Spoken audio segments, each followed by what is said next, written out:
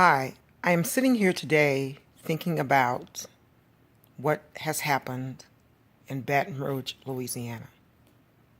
It is very, very unfortunate. And I could be one that sits here and condemn and blame and say who is at fault and who is not at fault. But as I sit and I think about this,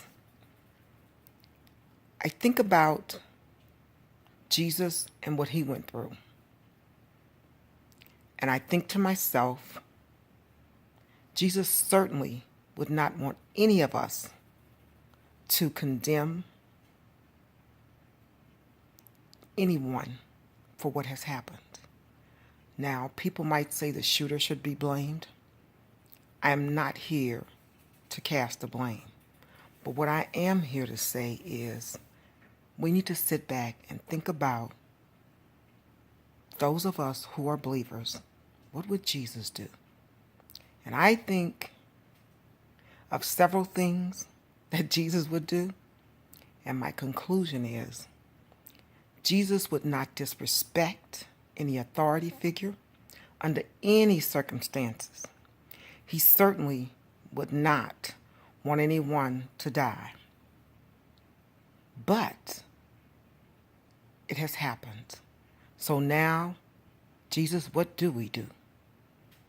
Jesus certainly would not want us posting on Facebook and all the social media websites and being angry and saying comments that are hurtful to many people, blaming the president, blaming Congress, blaming the governors, blaming the mayors, blaming the city officials of the town, blaming the people who keep us safe, blaming the leaders of the town. That's not what Jesus would want us to do.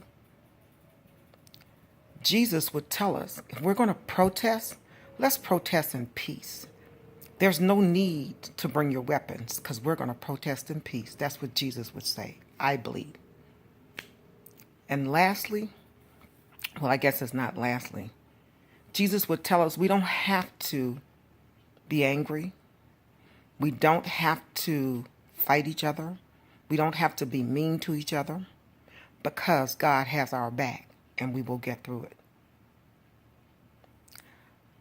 I tell you, I don't think that Jesus would want us to continue as we are.